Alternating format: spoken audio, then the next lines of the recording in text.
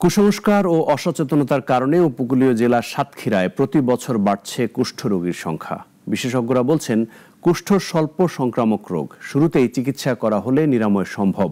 তাই ২০৩০ সালের মধ্যে কুষ্ঠ রোগের প্রকোপ শূন্যের কোঠায় নামিয়ে আনার উদ্যোগ নিয়েছে সরকার। কৃষ্ণ ব্যানার্জি রিপোর্ট, জানাচ্ছেন সিরাজুম্মনি শুভ। সাতক্ষীরার শ্যামনগর উপজেলা থেকে মাত্র ৫ কিলোমিটার দূরে ছোট্ট গ্রাম কাশীপুর। গ্রামের ৩৬টি বাড়িতে মুন্ডা সম্প্রদায়ের বাস, যাদের ১৬ জনই কুষ্ঠ রোগে আক্রান্ত। কেউ কেউ সুস্থ হয়ে উঠলেও বেশিরভাগেরই চলছে দীর্ঘমেয়াদী চিকিৎসা।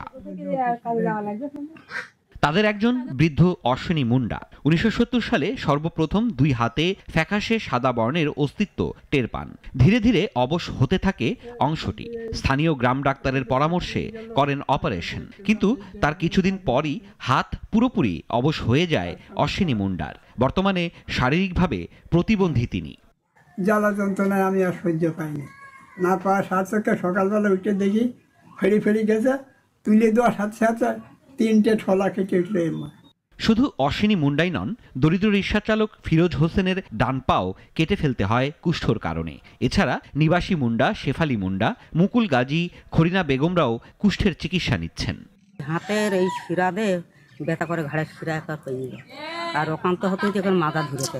এই ওষুধ খেয়ে, স্বাস্থ্যের ওষুধ খেয়ে আগে থেকে এখন তারা অনেক সুস্থ আছে। কুষ্ঠ আসলে কোনো জটিলতা নাই, এটা আসলে যদি চিকিৎসা করা হয় তাহলে সে সুস্থ হয়ে যাবে এবং সে সুন্দরভাবে ভালোভাবে জীবনযাপন করতে পারে।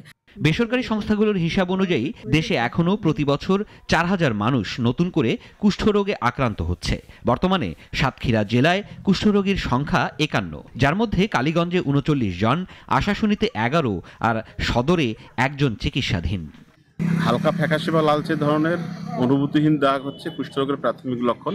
এই লক্ষণ দেখা দেওয়ার সাথে সাথে যদি চিকিৎসায় আসে একজন রোগী, তাহলে অবশ্যই সে কোনো রকম প্রতিবন্ধিতা বা বিকলাঙ্গতা ছাড়াই ভালো হয়ে যাবে। সংশ্লিষ্টরা বলছেন, আক্রান্ত ব্যক্তিরা যাতে সামাজিক হেনস্থার শিকার না হন সেজন্য সেমিনার, উঠান বৈঠক সহ নানা কর্মসূচি নিচ্ছেন।